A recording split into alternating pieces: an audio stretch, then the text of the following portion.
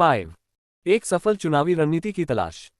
हमें अक्सर याद दिलाया जाता है कि डिप्रेस्ड क्लासेस की समस्या असल में एक सामाजिक समस्या है और इसका समाधान राजनीति के धरातल से नहीं बल्कि कहीं और से ही निकलेगा। हमें इस राय से सख्त ऐतराज है।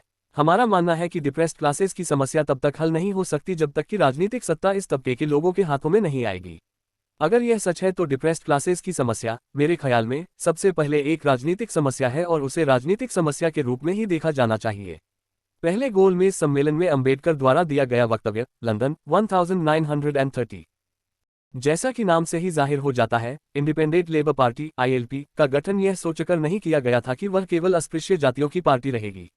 ILP अध्यक्ष के रूप में अब अंबेडकर खुद को मेहनतकश जनता के नेता के रूप में स्थापित करने की चेष्टा कर रहे थे।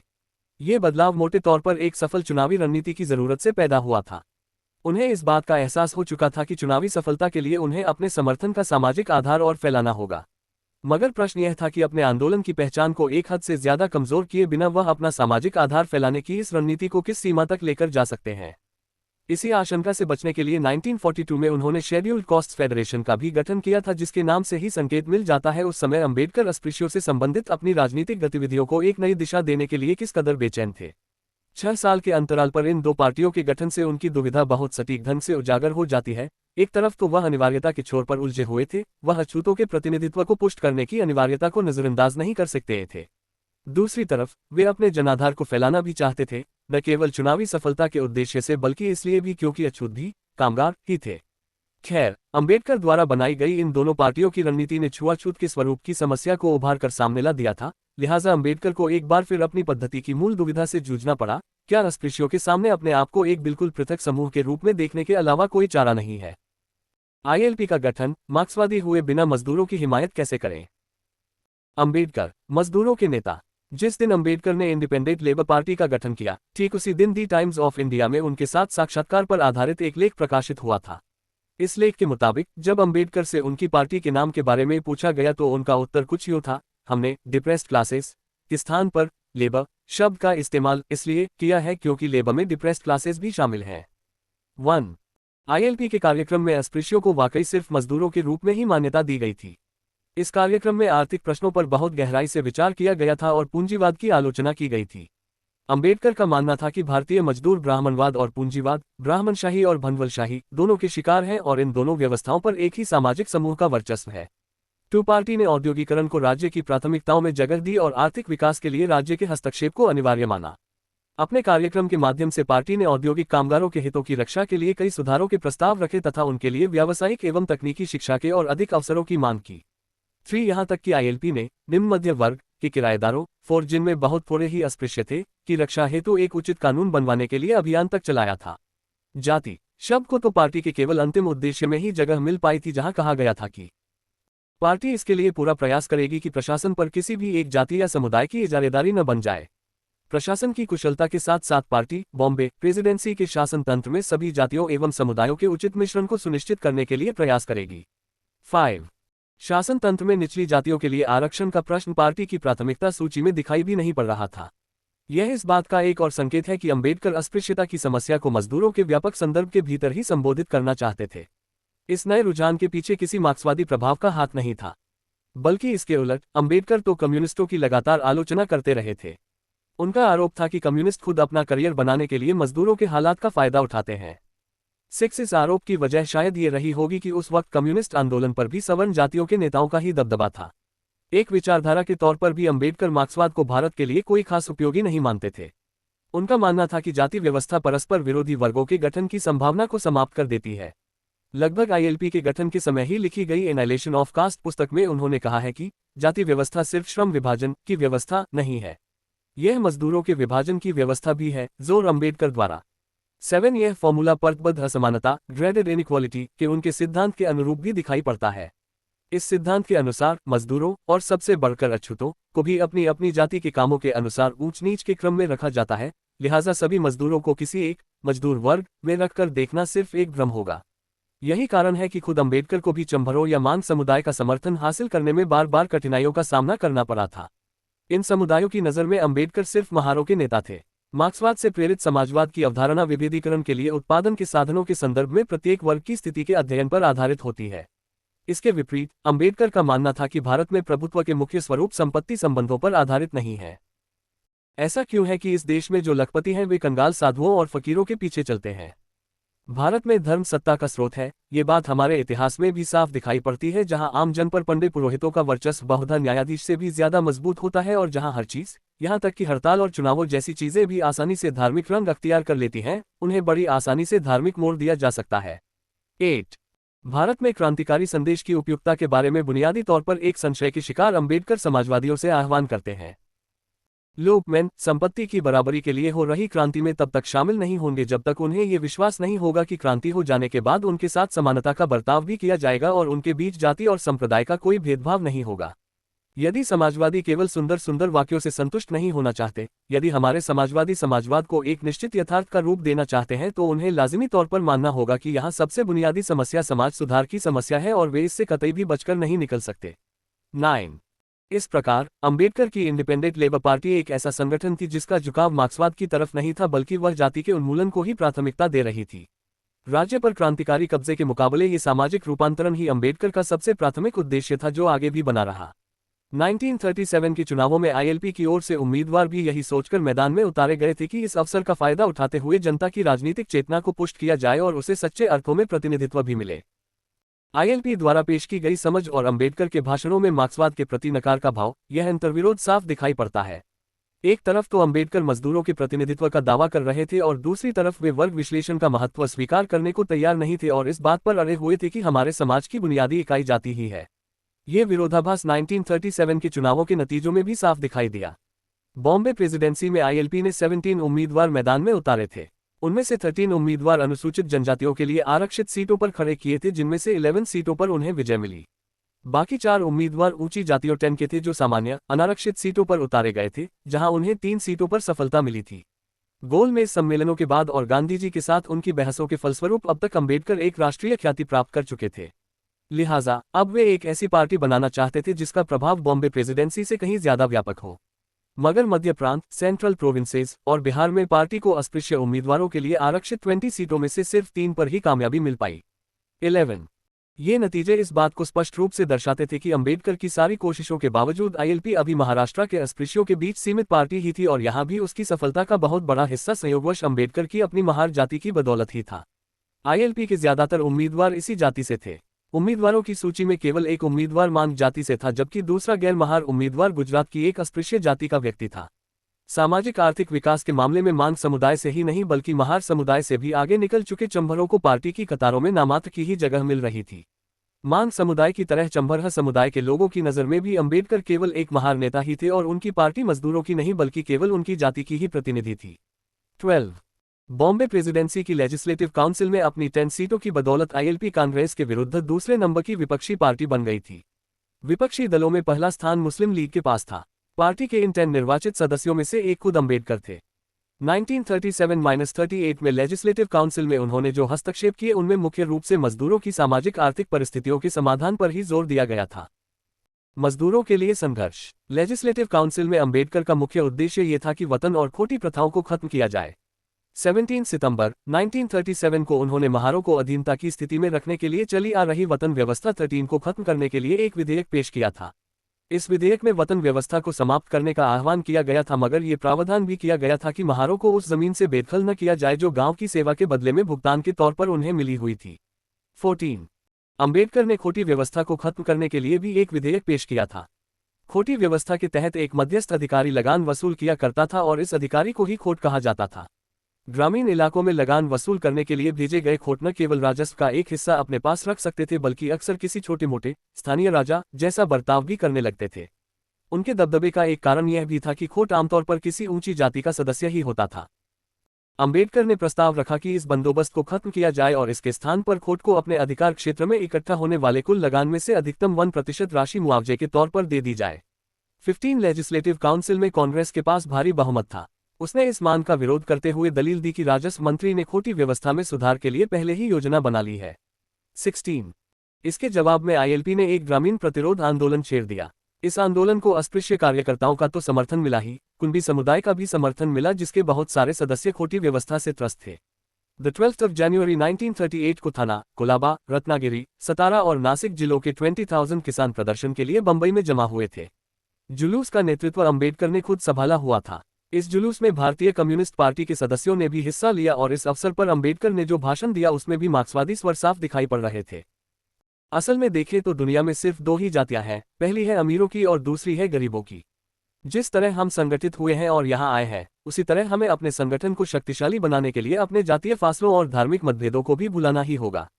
17 अपने कम्युनिस्ट मित्रों का ध्यान आकर्षित करने के लिए उन्होंने इस बात पर भी जोर दिया कि मार्क्सवादी सिद्धांतों के प्रति अपनी आपत्तियों के बावजूद मेहनतकशों के वर्ग संघर्ष के लिहाज से मुझे कम्युनिस्ट विचारधारा अपने ज्यादा निकट प्रतीत होती है। 18 अंबेडकर के नेतृत्व में एक प्रतिनिधिमंडल को बॉम्बे प्रेसिडेंसी के तत्कालीन कांग्रेसी मुख्यमंत्री बी जी खेर से मिलने के लिए भी बुलाया गया, मगर इस मुलाकात से कुछ खास निकल नहीं पाया। 19 सन 1937 के चुनावों के बाद सत्ता में आई कांग्रेस सरकार के संबंध में यह उनकी पहली विफलता नहीं थी। खोटी व्यवस्था को खत्म करने के लिए अंबेडकर द्वारा निजी विधेयक पेश किए जाने के 10 महीने बाद भी लेजिस्लेटिव काउंसिल में उस पर मतदान का समय तय नहीं किया गया था। यह इस बात का साफ संकेत था कि कांग्रेस मराठा या ब्राह्मण संपत्तिधारियों से किसी तरह का बैर लेने को तैयार नहीं थी जिनका पार्टी पर वर्चस्व था। नतीजा, खोटी व्यवस्था आखिरकार 1949 में जाकर ही खत्म हो पाई। 20 वतन और खोटी व्यवस्थाओं के खिलाफ अंबेडकर की सक्रियता के फलस्वरूप वे गांवों के परंपरागत सामाजिक आर्थिक ढांचे से त्रस्त तबकों और खासतौर से अपनी महार जाति के अनधिकृत प्रवक्ता बनते जा रहे थे। इसी बीच वह शहरी मजदूरों के बीच अपना जनाधार फैलाने के लिए भी बहुत उत्सुक थे। बंबई के शहरी कामगारों व कर्मचारियों को संगठित करने के लिए 1935 में उन्होंने बॉम्बे म्यूनिसिपल कामगार संघ के नाम से एक ट्रेड यूनियन का गठन किया था। 1937 में इसके 800 सदस्य थे जो 1938 में बढ़कर 1325 हो गए थे। यानी शहर के नगरपालिका कामगारों में 5% से ज्यादा कामगार इस यूनियन के सदस्य बन गए थे। 21 सितंबर 1938 में अंबेडकर ने औद्योगिक विवाद विधेयक इंडस्ट्रियल डिस्प्यूट्स बिल के विरोध में आवाज उठाई। इस विधेयक के माध्यम से ये प्रावधान किया जा रहा था कि अगर मजदूरों और मालिकों के बीच किसी तरह का विवाद होता है तो उनके बीच सुलह सफाई की यानी कंसिलिएशन की व्यवस्था का सहारा लिया जाएगा। कांग्रेस सरकार ने हड़तालों की बढ़ती संख्या का हवाला देते हुए इस प्रस्ताव को जायज ठहराया था, जबकि अंबेडकर ने कांग्रेस के विश्लेषण को चुनौती दी और हड़ताल के अधिकार के पक्ष में आवाज उठाई। उन्होंने कहा कि यह एक मौलिक स्वतंत्रता है जिस पर वह किसी भी सूरत में अंकुश नहीं लगने देंगे। 22 जब कम्युनिस्टों की तरफ से एक दिवसीय आम हड़ताल का प्रस्ताव रखा गया तो अंबेडकर ने भी इस प्रस्ताव को हाथों हाथ स्वीकार किया। इस तरह कम्युनिस्टों व आईएलपी नेताओं को मिलाकर बनाई गई काउंसिल ऑफ एक्शन के झंडे तले यह एक दिवसीय हड़ताल आयोजित की गई। मुख्य रूप से आईएलपी द्वारा बुलाई गई 6 नवंबर की मीटिंग में 80,000 लोगों ने हिस्सा लिया। अगले दिन हुई हड़ताल को भी अच्छा खासा समर्थन मिला। लगभग 100,000 लोगों की एक अन्य जनसभा में अंबेडकर ने आह्वान किया कि मजदूर मौजूदा लेजिस्लेटिव काउंसिलों में अपने प्रतिनिधियों को चुनकर सत्ता अपने हाथों में लें।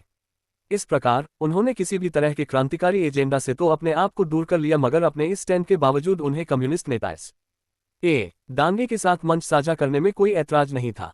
23 बहरहाल बॉम्बे लेजिस्लेटिव काउंसिल में औद्योगिक विवाद विधेयक आसानी से पारित हो गया और उसके खिलाफ चल रहा आंदोलन शांत पड़ गया। 24 आईएलपी ने धीरे धीरे खुद को एक मुकम्मल संगठन के रूप में स्थापित कर लिया था। 1940 में अंबेडकर ने उसके लिए लाल झंडा तय किया जिसके ऊपरी बाएं कोने पर ब्रिटिश भारत के 11 प्रांतों का प्रतिनिधित्व करते 11 सितारे रखे गए थे। झंडे में इन 11 सितारों की उपस्थिति आईएलपी की अखिल भारतीय महत्वाकांक्षा का द्योतक थी। आईएलपी बॉम्बे प्रेसिडेंसी तक ही सीमित रही, मगर यहां उसने अपनी अच्छी जड़ें जमा ली थी। पार्टी की बंबई नगर शाखा में 1938 में 4,000 सदस्य थे। कीयर ने कहा है कि अंबेडकर के सांगठनिक प्रयासों की कुछ सीमाएं थीं। अंबेडकर ने अपनी राजनीतिक पार्टी को आधुनिक धर्रे पर खड़ा करने का प्रयास नहीं किया। कोई एकल संगठन बनाने में उनकी कोई रुचि नहीं थी। वह जिन संगठनों से जुड़े थे उनका कोई नियमित वार्षिक सम्मेलन या आम सभा नहीं बुलाई जाती थी। वह जब और जहां बैठ जाते थे वहीं सम्मेलन का स्थल और फैसले का समय बन जाता था। वर्किंग कमेटी के अध्यक्ष या सचिव को उनके फैसलों को मानना होता था। जब वह लोगों को अपने बैनर तले इकट्ठा करना चाहते थे तो बस एक आह्वान जारी कर देते थे और पूरा संगठन बरसाती घास की तरह उठ खड़ा होता था। 25 फिर भी मेरा मानना है कि अंबेडकर के क्षीण संगठनिक कौशल को हमें और बारीक नजर से देखना चाहिए। 1930 के दशक में उन्होंने समता सैनिक दल का गठन किया और इसमें उनको कोई मामूली कामयाबी नहीं मिली थी। समता सैनिक दल से आईएलपी को सड़कों पर होने वाली कार्रवाइयों या घर घर संपर्क के लिए कार्यकर्ता और खासतौर से जुलूसों के दौरान अनुशासन बनाए रखने के लिए पहलवान भी मिल गए थे। दल के सदस्यों की वर्दी में खाकी नेकर भी शामिल था जो शायद आरएसएस की नकल था, क्योंकि इस क्षेत्र में आरएसएस ही आईएलपी का सबसे मुख्य प्रतिद्वंद्वी था। दल के सदस्य लाल कमीज पहनते थे और उनका झंडा नीला होता था। तभी से दलित राजनीति नीले रंग से जुड़ी चली आ रही है। वसंत मून बताते हैं कि नागपुर में दल ने दलित युवकों में एक अर्धसैनिक किस्म का अनुशासन पैदा कर दिया था। आरएसएस के सदस्यों की तरह इसके स्थानीय सदस्य भी सुबह सवेरे और शाम को सूरज ढलने के समय इकट्ठा होते थे। 26 मगर आईएलपी का संगठनिक ढांचा आरएसएस की तरह सुव्यवस्थित नहीं था और हमें यह मानना होगा कि अंबेडकर ने इस पहलू पर पर्याप्त ध्यान भी नहीं दिया था। इस सांगठनिक कमी के अलावा आईएलपी के जिन वैचारिक अंतर्विरोधों का ऊपर जिक्र किया गया था उनको संभालते हुए चलना भी धीरे धीरे मुश्किल होता जा रहा था। दलित कार्यकर्ताओं के नेटवर्क पर पार्टी की निर्भरता बनी रही और लिहाजा वह सारे मजदूरों की प्रतिनिधि नहीं बन पाई। अचंभे की बात नहीं है कि कुंभी समुदाय के कई सिंपैथाइजर भी पार्टी से दूर होते चले गए। यहां तक कि सबसे गरीब तबके के लोग भी खुद को स्वाभाविक रूप से अस्पृश्यों से ऊपर मानते थे। 27 कुल मिलाकर साफ हो गया कि आईएलपी ने जो लाइन ली थी वह अव्यावहारिक साबित हुई और 1942 में इस पार्टी की जगह शेड्यूल्ड कास्ट्स फेडरेशन ने ले ली। शेड्यूल्ड कास्ट्स फेडरेशन और जातिगत राजनीति।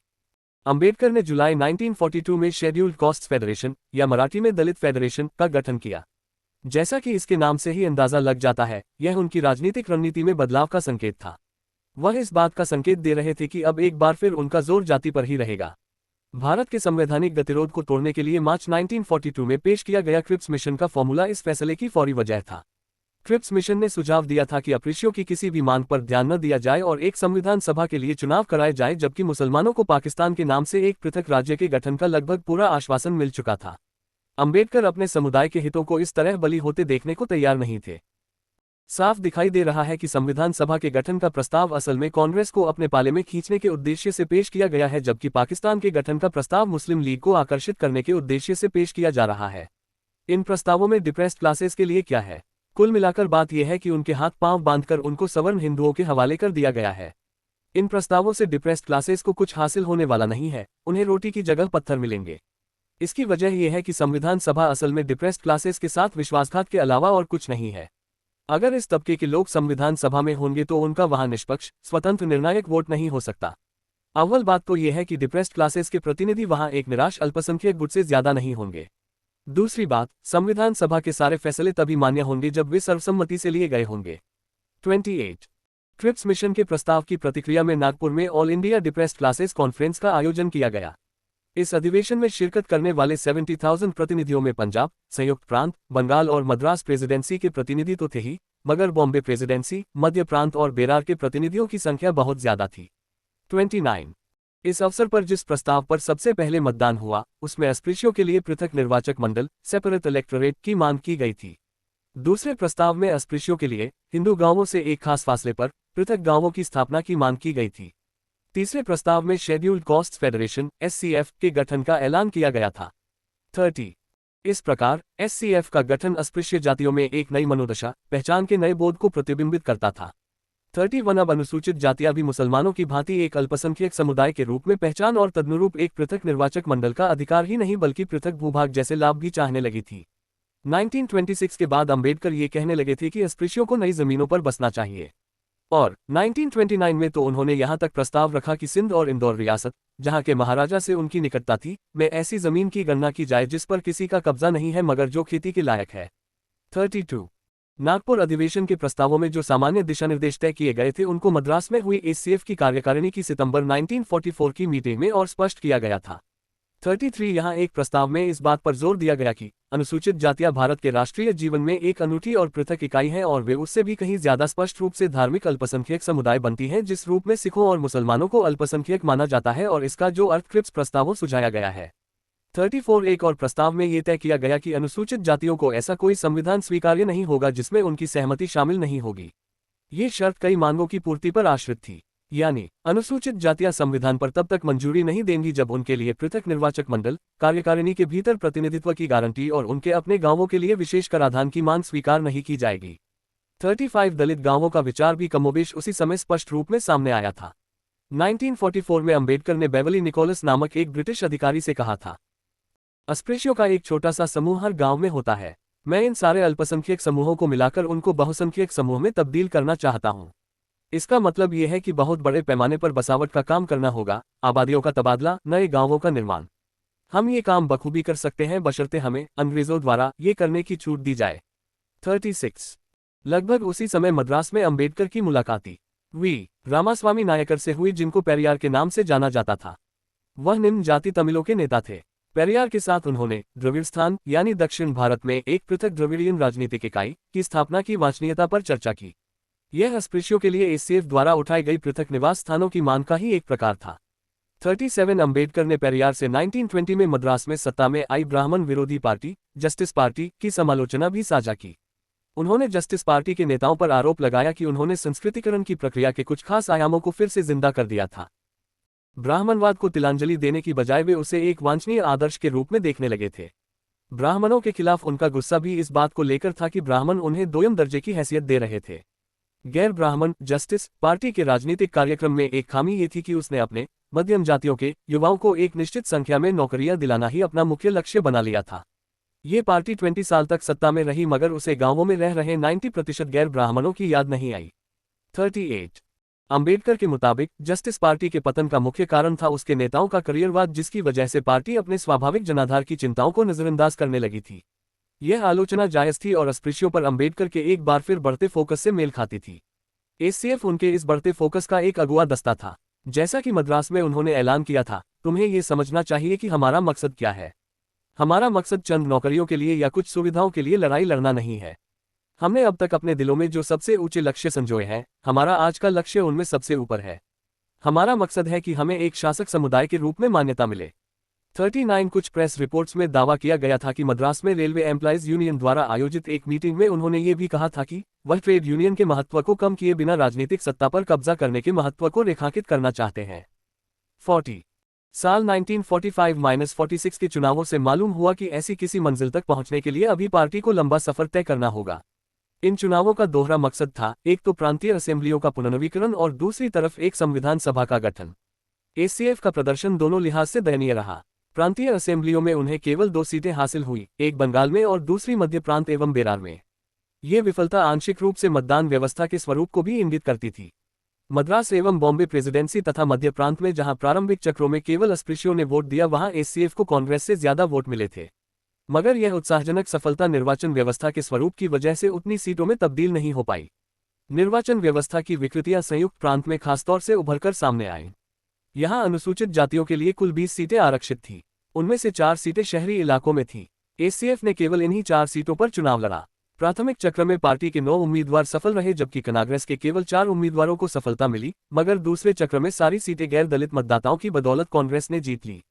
सबसे नाटकीय परिणाम आगरा का रहा, जहां एससीएफ के 4 उम्मीदवारों को वैध मतों में से 46.39% मत मिले, जबकि कांग्रेस के 4 उम्मीदवारों को मात्र 27.1% मत मिले थे।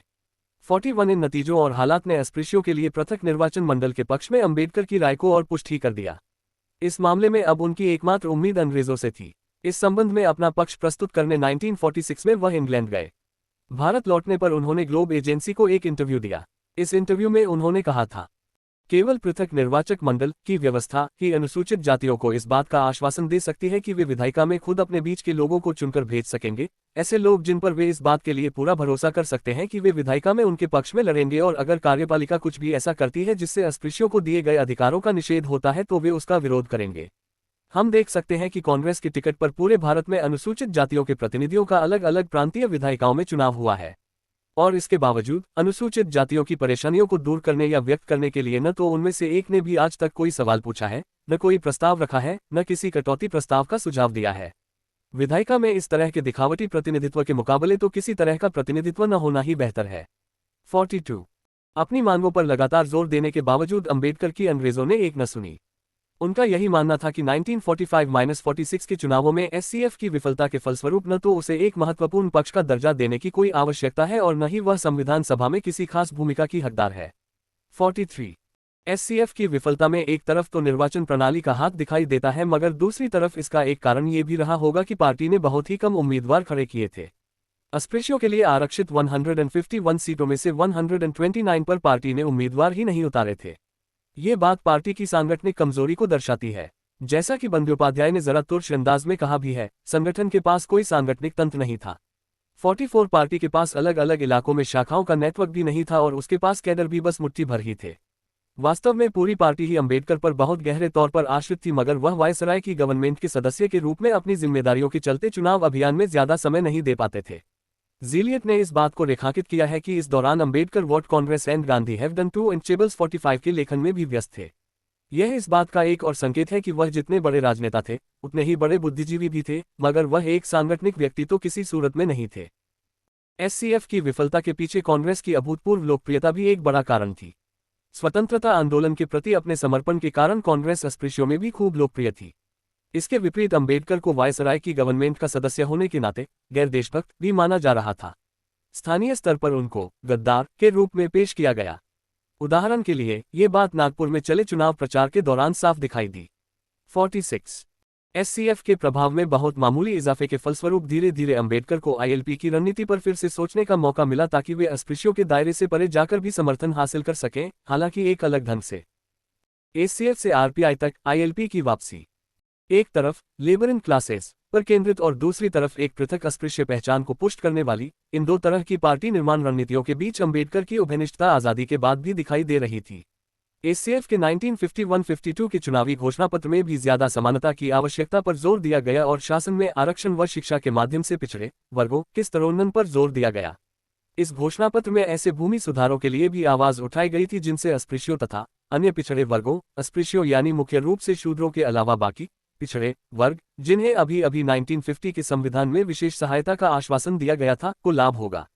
47 हालांकि एससीएफ का फोकस जातिगत राजनीति पर ही था, मगर उसने वर्ग को नजरअंदाज भी नहीं किया। अपने घोषणापत्र में पार्टी ने मनुष्य मैन द्वारा मनुष्य के, वर्ग द्वारा वर्ग के और राष्ट्र द्वारा राष्ट्र के उत्पीड़न व शोषण के खिलाफ लड़ाई लड़ने का संकल्प व्यक्त किया था। 48 घोषणापत्र में मार्क्सवादी स्वर इस बात से भी जाहिर होता था कि पार्टी ने कृषि सामूहिकीकरण और बीमा राष्ट्रीयकरण के लिए सिफारिश की। मगर जाति के विमर्श को संतुलित करने के लिए न केवल वर्ग को महत्व दिया जा रहा था बल्कि एक ऐसे सार्वभौमवाद पर भी जोर दिया जा रहा था जो अंबेडकर को प्रबोधनकालीन दार्शनिकों के चिंतन से मिला था। एससीएफ जिस तरह की समानता की वकालत कर रही थी वह फ्रांसीसी रिपब्लिकन विचारों से प्रेरित थी, जिसको पार्टी के चुनावी घोषणापत्र में बड़े स्पष्ट शब्दों में दोहराया गया था और इस बात पर जोर दिया गया था कि प्रत्येक भारतीय अपने आप में एक लक्ष्य है और उसके पास अपने विकास का पूरा अधिकार है। चुनाव घोषणापत्र में एक संसदीय किस्म की शासन व्यवस्था का भी उल्लेख किया गया था, जिसको संविधान, जिसके पाठ का मसविदा, जैसा कि हम नीचे देखेंगे, अंबेडकर ने लिखा था, ने हाल ही में स्थापित किया था और जिसको जनता और व्यक्ति दोनों के हित में सर्वश्रेष्ठ शासन पद्धति बताया गया था। इतना ही नहीं, एससीएफ विशुद्ध राष्ट्रवादी एवं आधुनिक भी बनना चाहती थी। एससीएफ एक अंतर्विरोध में उलझी दिखाई दे रही थी। एक तरफ उग्र व्यक्तिवाद तो दूसरी तरफ निचली जातियों के लिए विशेष प्रावधानों की मांग कैसे की जा सकती थी, जबकि इससे तो खास तबकों के लिए कोटे और कृषि सुधारों का रास्ता खुल सकता था। पार्टी इन दोनों सिरों के बीच कैसे तालमेल बिठाए, इस दुविधा में फंसी हुई थी। ऊपर से बार बार अस्पृश्यों का हवाला देते रहने से क्या पार्टी खुद ब खुद अपनी चुनावी संभावनाओं को सीमित नहीं करती जा रही थी।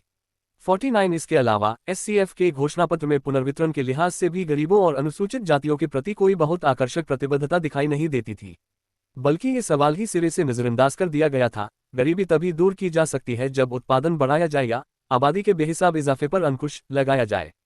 50 किसी तरह के भूमि सुधार का कोई जिक्र नहीं किया गया था। उल्टे ये दलील दी गई कि भूमिहीन काश्तकारों को मदद देने के लिए सरकार को पहले सिंचाई व्यवस्था विकसित करनी चाहिए, जंगलों की कटाई करनी चाहिए और आधुनिक विज्ञान की मदद से खाली पड़ी जमीन को खेती के लिए तैयार और उपलब्ध कराना चाहिए। 51 इस तरह के कार्यक्रम से गरीब काश्तकार आकर्षित होते, इसकी संभावना नहीं दिखाई पड़ती है। फलस्वरूप 195-152 के चुनावों में भी 1946 के मुकाबले कोई बेहतर नतीजे नहीं आए। एससीएफ को केवल 2.3% वैध मत मिले और लोकसभा में केवल 2 सीटें हासिल हुई। इनमें से एक सीट हैदराबाद में थी और दूसरी बॉम्बे प्रेसिडेंसी में थी, जहां अंबेडकर खुद भी हार गए थे और पार्टी का प्रदर्शन उम्मीदों से कहीं ज्यादा कमजोर रहा था। दूसरी तरफ एससीएफ ने पहली बार मद्रास, हैदराबाद और Mysore, PEPSU, Patiala and east Punjab states union तथा हिमाचल प्रदेश की असेंबलियों में अपने प्रतिनिधि जिताने में कामयाबी हासिल की थी। इस चुनावी नाकामयाबी से अंबेडकर ने 3 अहम निष्कर्ष निकाले। पहला, इस विफलता से आरक्षित सीट व्यवस्था के प्रति उनका विरोध और दृढ़ हो गया। अब वह ये उम्मीद छोड़ चुके थे कि भारत में पृथक निर्वाचक मंडल की व्यवस्था लागू हो सकेगी, मगर ऐसा न होने की सूरत में वह आरक्षित सीटों की व्यवस्था को भी रखना नहीं चाहते थे, क्योंकि ये व्यवस्था अस्पृश्यों को दूसरे मतदाताओं से अलग थलग कर देती थी और दूसरे सामाजिक समूहों के वोट हासिल करने के प्रयासों का कुंद करती थी। लिहाजा अगस्त 1955 में एससीएफ की कार्यकारी समिति ने आरक्षित सीटों की व्यवस्था को रद्द करने के पक्ष में एक प्रस्ताव पारित किया। 52 दूसरी बात, अंबेडकर को एहसास हुआ कि शेड्यूल्ड कास्ट फेडरेशन जहां एक तरफ अस्पृश्यों की राजनीतिक चेतना को सींच रही थी, वहीं दूसरी तरफ वह उन्हें शेष समाज से एक हद तक काटने में भी योगदान देती थी। लिहाजा नागपुर में अक्टूबर 1956 में उन्होंने एससीएफ से कहीं ज्यादा व्यापक उद्देश्यों वाली एक नई पार्टी बनाने के पक्ष में दलील दी। उन्होंने अपने कार्यकर्ताओं को दूसरे समुदायों के नेताओं के साथ मिलकर काम करने के लिए भी प्रोत्साहित किया। 53 इन चुनावों से उन्होंने तीसरा सबक ये निकाला कि दूसरे सामाजिक एवं राजनीतिक गुटों के साथ साझेदारियों के बिना उन्हें सफलता नहीं मिल सकती। लिहाजा उन्होंने प्रजा सोशलिस्ट पार्टी के नेताओं और बाद में राम मनोहर लोहिया की सोशलिस्ट पार्टी के साथ फिर से संवाद शुरू किया। 1954 में उन्होंने भंडेरा, महाराष्ट्र के उपचुनाव में उसी टिकट पर चुनाव लड़ा जिस पर सोशलिस्ट नेता अशोक मेहता चुनाव लड़ रहे थे। इस दोहरे निर्वाचन क्षेत्र में अंबेडकर ने आरक्षित सीट पर चुनाव लड़ा और अशोक मेहता ने सामान्य सीट पर चुनाव लड़ा। इन्हीं चिंताओं से आखिरकार आरपीआई का जन्म हुआ। इसकी औपचारिक स्थापना तो अक्टूबर 1957 में जाकर हुई, मगर अंबेडकर 1956 में अपनी मृत्यु से कुछ समय पहले ही रिपब्लिकन पार्टी ऑफ इंडिया की कल्पना को एक शक्ल दे चुके थे। उस समय वह कम्युनिस्ट पार्टी का एक विकल्प तैयार करने की चिंता में परेशान थे, क्योंकि उनको डर था कि कहीं अस्पृश्य मतदाता कम्युनिस्ट पार्टी की तरफ आकर्षित न होने लगे। 1956 में उन्होंने ऐलान किया था, इससे पहले कि मैं मर जाऊं, मुझे अपने लोगों को एक निश्चित राजनीतिक दिशा देनी चाहिए। वे हमेशा गरीब, उत्पीड़ित और वंचित रहे हैं। इसी कारण आज उनमें एक नई चेतना और नया आक्रोश जन्म ले रहा है। ये स्वाभाविक है, मगर यह भी तो स्वाभाविक है कि इस तरह का समुदाय कम्युनिज्म की तरफ आकर्षित होने लगे। मैं नहीं चाहता कि मेरे लोग कम्युनिस्टों की तरफ आकर्षित हों। 54 अंबेडकर ने विभिन्न सोशलिस्ट नेताओं से बात की। इनमें राम मनोहर लोहिया, पी.के. अत्रे और एस.एम. जोशी जैसे जाने माने लोग शामिल थे। अंबेडकर उनसे एक नई राजनीतिक पार्टी की स्थापना की अपनी योजना के लिए समर्थन चाहते थे। रिपब्लिकन पार्टी ऑफ इंडिया का नाम लिंकन की अमेरिकन रिपब्लिकन पार्टी और बौद्धकालीन रिपब्लिक्स गणराज्यों दोनों को ध्यान में रखते हुए तय किया गया था। 55 यह नाम इंडिपेंडेंट लेबर पार्टी के दर्शन की ओर लौटने की उनकी चाह को भी प्रतिबिंबित करता था। अंबेडकर निम्न जाति समूहों, मुख्य रूप से अस्पृश्यों, को प्रतिनिधित्व देने के लिए दो तरह के उद्देश्यों को एक दूसरे के साथ जोड़ने में सफल हो गए थे, जिससे समाज के सभी गरीब तबकों में पार्टी की पैठ बनाई जा सकती थी। बल्कि आरपीआई ने एक ऐसा कार्यक्रम भी पेश किया जिसमें जाति की धारणा वर्ग की धारणा के पीछे ओझल हो गई थी, ताकि ये पार्टी उन सभी तबकों के एक संघ के रूप में अपनी पहचान बना सके जो अपनी सामाजिक हैसियत के कारण अन्याय के शिकार हैं, चाहे वे दलित हो, ओबीसी हो या आदिवासी हो। फरवरी 1957 के चुनावों से पहले एससीएफ ने जो चुनाव घोषणा पत्र निकाला उसमें भी ये संकेत दिया था कि वह अपना नाम बदलकर बैकवर्ड क्लासेस फेडरेशन रखने को तैयार है, ताकि दोनों तबकों, अनुसूचित जातियों के साथ साथ ओबीसी और आदिवासी भी को एक साझा संगठन में शामिल किया जा सके। 56 आरपीआई ने एक ऐसा नाम अपनाया जिससे अंबेडकर को इन समूहों के साथ साथ दूसरे समूहों को भी अपने छाते तले लाने में मदद मिली। पार्टी के संविधान में तय किया गया कि भारत की दबी कुचली जनता, खासतौर से बौद्धों, मुख्य रूप से धर्मांतरित महार, अनुसूचित जातियों, अनुसूचित जनजातियों एवं अन्य पिछड़ी जातियों को संगठित करना पार्टी का मिशन होगा। 57 आरपीआई खुद को एक तरफ तो केवल अस्पृश्यों के पक्ष में और दूसरी तरफ वर्ग की राजनीति करने वाली पार्टी के रूप में देख रही थी। ये एक नाजुक संतुलन बनाने की कोशिश थी। साथ ही आरपीआई को उन सामाजिक समूहों के प्रवक्ता के रूप में स्थापित भी करना था जो अपनी सामाजिक हैसियत, वेबर के शब्दों में स्टेटस ग्रुप, हैसियत समूह के कारण उत्पीड़न के शिकार थे, जनजातीय समूह और निचली जातियां जिन्हें अनुसूचित जातियों और अन्य पिछड़ी जातियों में रखा गया था। 58 इस तरह से आरपीआई ने वर्गीय राजनीति के मार्क्सवादी जाल में फंसे या एकल नागरिक के उदारवादी मिथक का शिकार हुए बिना अपने दायरे को अस्पृश्यों के आगे तक फैलाने का प्रयास किया। दलित पहचान को इस तरह क्षीण करने से पार्टी को दूसरे राजनीतिक दलों के साथ गठबंधन और साझेदारी बनाने का मौका मिल गया था। भाषाई आधार पर राज्यों की सीमाओं के पुनर्निर्धारण के लिए चलाए गए अभियान के तहत इस उद्देश्य को ध्यान में रखते हुए हिस्सेदारी की गई। शुरुआत में अंबेडकर सीमाओं के इस पुनर्निर्धारण के फलस्वरूप बॉम्बे प्रोविंस में होने वाली काटछांट के खिलाफ थे। उनका मानना था कि गुजराती, मराठी, कन्नड़ और तेलुगु भाषाएं बोलने वाले प्रांतों के गठन से इन राज्यों में प्रभुत्वशाली जातियों के जनसांख्यिकीय भार और लिहाजा राजनीतिक भार में और इजाफा ही हो जाएगा। इस तरह के पुनर्निर्धारण से महाराष्ट्र में सबसे ज्यादा लाभ मराठों को होगा, फलस्वरूप अस्पृश्यों पर उनकी जकड़ और भी ज्यादा मजबूत हो जाएगी। मगर भाषा क्षेत्रवादी राजनीति की ताकत महाराष्ट्र में इतनी बड़ी थी कि कमोबेश अवसरवादी रुख अपनाते हुए अंबेडकर को भी इस आंदोलन में शामिल होना ही पड़ा। कम्युनिस्ट और सोशलिस्ट पहले ही संयुक्त महाराष्ट्र समिति के गठन के लिए नेहरू पर दबाव बनाने लगे थे, जो कि अभी भी संकुचित संप्रदायवादी भावनाओं के आधार पर शासकीय मानचित्र के पुनर्गठन के प्रति हिचकिचा रहे थे। नेहरू की राय यही थी कि राष्ट्र का निर्माण व्यक्तिगत निष्ठाओं के आधार पर ही होना चाहिए। दिल से अंबेडकर भी प्रधानमंत्री नेहरू के इस विचार से सहमत थे, परंतु नवंबर 1956 में एससीएफ की ओर से वह भी संयुक्त महाराष्ट्र समिति एसएमएस में शामिल हो गए। इस अनुबंध और भाषाई मानदंड के अनुसार प्रांतीय सीमाओं के पुनर्निर्धारण के लिए एससीएफ ने जो मदद दी, उसने फरवरी 1957 के चुनावों में उसकी सफलता में काफी योगदान दिया। एससीएफ ने बॉम्बे प्रोविंस में लोकसभा की 4 सीटें, जिनमें से 2 सीटें अस्पृश्यों के लिए आरक्षित थीं, और प्रोविंस की लेजिस्लेटिव असेंबली में 15 सीटें जीती, जिनमें से ज्यादातर बंबई में थी, जहां अंबेडकर के निकट सहायक पी.टी. बोराले महापौर भी चुने गए। इन चुनावों से 3 महीने पहले अंबेडकर का देहांत हो गया था, मगर चुनावों में एससीएफ को जो सफलता मिली वह अंबेडकर की व्यवहार कुशलता के लिए मरणोपरांत श्रद्धांजलि थी। यह उनका एक ऐसा विशिष्ट गुण था जिस पर हम अगले अध्याय में और विस्तार से बात करेंगे। पार्टी नेता के रूप में अंबेडकर 2 रणनीतियों के बीच लगातार झूलते रहे। पहले तो उन्होंने ये कोशिश की कि न केवल दलितों बल्कि तमाम मजदूरों को आकर्षित किया जाए। इसके लिए उन्होंने आईएलपी का गठन किया, मगर इस पार्टी का एजेंडा इतना व्यापक था कि उसका मूल दलित विचारधारा और आम्बेडकरवाद के समाजशास्त्र के साथ मेल बिठाना मुश्किल था। लिहाजा बाद में एससीएफ की स्थापना की गई, जो अस्पृश्यों के हितों पर वापस लौटने का एक रास्ता थी। इस पार्टी का दायरा बहुत ज्यादा संकुचित साबित हुआ, लिहाजा अंबेडकर को एक अलग ढंग से एक बार फिर आईएलपी के मूल दर्शन पर ही लौटना पड़ा। इसके लिए उन्होंने आरपीआई के रूप में एक ऐसी पार्टी का गठन किया जो कमजोर हैसियत और हालात वाले सभी लोगों, अनुसूचित जातियों, अन्य पिछड़े वर्गों और अनुसूचित जनजातियों का प्रतिनिधित्व कर सके। उनकी राजनीतिक दिशा में आ रहे ये बदलाव इस बात को दर्शाते हैं कि अंबेडकर एक तरफ वर्ग के महत्व और दूसरी तरफ अपनी सामाजिक पृष्ठभूमि के कारण स्वाभाविक रूप से जाति को समाज की मूल इकाई मानने के आग्रह के बीच झूल रहे थे। जैसा कि जे. गोखले ने भी जिक्र किया है, वर्गीय राजनीति का आग्रह अस्पृश्यता को सामाजिक आर्थिक गतिकी की ऐनक से पढ़ने का नतीजा था, जिसमें अस्पृश्यों के लिए इसी तरह के सामाजिक पिछड़ेपन से जूझ रही दूसरी जातियों के साथ साझेदारियों की संभावना पैदा होती थी। जाति के तर्क पर आश्रित पार्टियां, एससीएफ इस तरह की पार्टी का एक नमूना थी, एक अलग रणनीति को दर्शाती थी। इन पार्टियों का विश्वास था कि अस्पृश्य समुदाय शेष समाज से स्थायी रूप से पृथक है और अन्य जातियों, यहां तक कि सबसे निचली जातियों पर भी हिंदुइज्म की जकड़ इस तरह की थी कि उनके साथ किसी तरह की साझेदारी या गठबंधन संभव नहीं था। 59 अंबेडकर के इस अनिर्णय से पता चलता है कि जहां एक तरफ वह हिंदू समाज के भीतर ऊपर उठने की आकांक्षा रखते थे, वहीं दूसरी तरफ वह हिंदू समाज से पूरी तरह संबंध विच्छेद भी कर देना चाहते थे। मगर अंबेडकर को जाति और वर्ग की राजनीति के 2 ध्रुवों पर सीमित करके गोखले ने दरअसल एक तीसरे पहलू को नजरअंदाज कर दिया है, उनके राजनीतिक प्रयोग की परिणति क्या हुई। अंततः अंबेडकर एक ऐसी पार्टी की कल्पना पर पहुंचे जो न तो अस्पृश्यों के दायरे तक सीमित होगी और वर्ग के तर्क से परे भी जा सकेगी, एक ऐसी पार्टी जो निचली जातियों और जनजातियों में मौजूद सारे समूहों की प्रवक्ता बनेगी।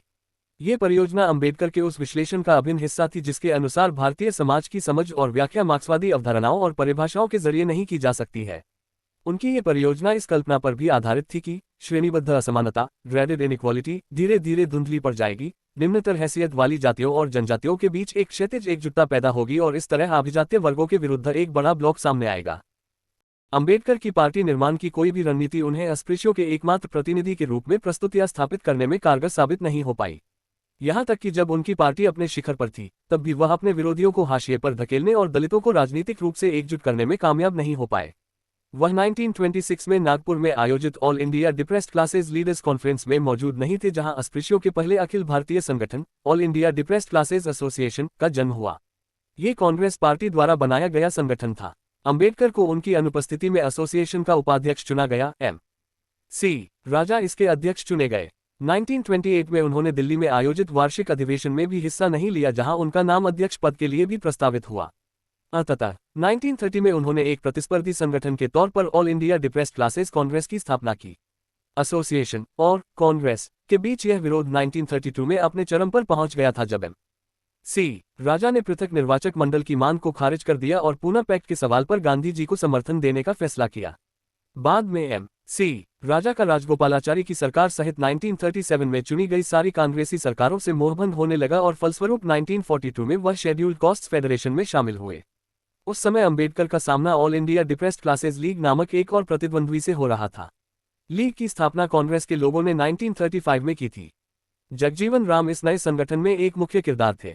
वह बिहार कांग्रेस के कर्ताधर्ता राजेंद्र प्रसाद के शिष्य थे।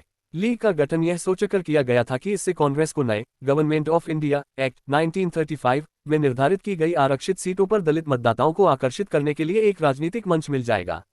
60 लीग का प्रदर्शन कमोबेश बढ़िया ही रहा। 1937 के चुनावों में देश भर में आरक्षित 151 सीटों में से 73 सीटें कांग्रेस को मिली। बहरहाल अंग्रेजों की नज़र में अस्पृश्यों के सबसे बड़े प्रतिनिधि अभी भी अंबेडकर ही थे, हालांकि अब वे निर्विवाद या एकमात्र प्रतिनिधि नहीं थे। 1942 में क्रिप्स मिशन ने लीग के नेताओं से बात नहीं की, बल्कि अंबेडकर और राजा से चर्चा की और वेवेल ने अंबेडकर को 1945 में आयोजित शिमला कॉन्फ्रेंस में भी आमंत्रित किया। 61 मगर 1945-46 के चुनावों से अंग्रेजों की नज़र में अंबेडकर की विश्वसनीयता को भीषण झटका लगा। एससीएफ 151 में से केवल 2 सीटें जीत पाई। अब उसके पास अस्पृश्यों के प्रतिनिधित्व का दावा करने का आधार नहीं बचा था। अप्रैल 1946 में ब्रिटिश सरकार द्वारा सत्ता हस्तांतरण की तैयारी के सिलसिले में भारतीय राजनीतिज्ञों की राय जानने के लिए भेजे गए कैबिनेट डेलीगेशन ने भी आंबेडकरवादियों की बजाय लीग के नेताओं से मिलना ज्यादा बेहतर समझा, जिनमें जगजीवन राम भी शामिल थे और जिन्हें कुछ महीने बाद बनी इंतरिम सरकार में श्रम मंत्रालय का कार्यभार भी सौंपा गया था। 62 इस प्रकार अंबेडकर अस्पृश्यों के प्रतिनिधित्व के लिए एक राजनीतिक पार्टी का निर्माण करने में विफल रहे। 1947 तक आते आते उनके पास कोई ठोस सांगठनिक आधार नहीं बचा था, मगर विरोधाभास ये है कि यहीं से नेहरू सरकार में कानून मंत्री और संविधान सभा की मसविदा समिति के अध्यक्ष के रूप में उनके जीवन का सबसे विलक्षण दौर भी शुरू होने वाला था। वह नाकामयाबी की गर्त से कैसे ऊपर आए, कैसे उन्होंने राजनीतिक पलटी खाते हुए अपने ही पुराने कट्टर प्रतिद्वंद्वियों से हाथ मिला लिया। अंबेडकर की सफलता और लगातार प्रासंगिक बने रहने की क्षमता में उनकी व्यवहार कुशलता एक बहुत बड़ा माध्यम रही। न केवल 1947 के इस निर्णायक क्षण में बल्कि उनके पूरे करियर के दौरान यह व्यवहार कुशलता ही उनकी सबसे गौरतलब विशेषता दिखाई पड़ती है।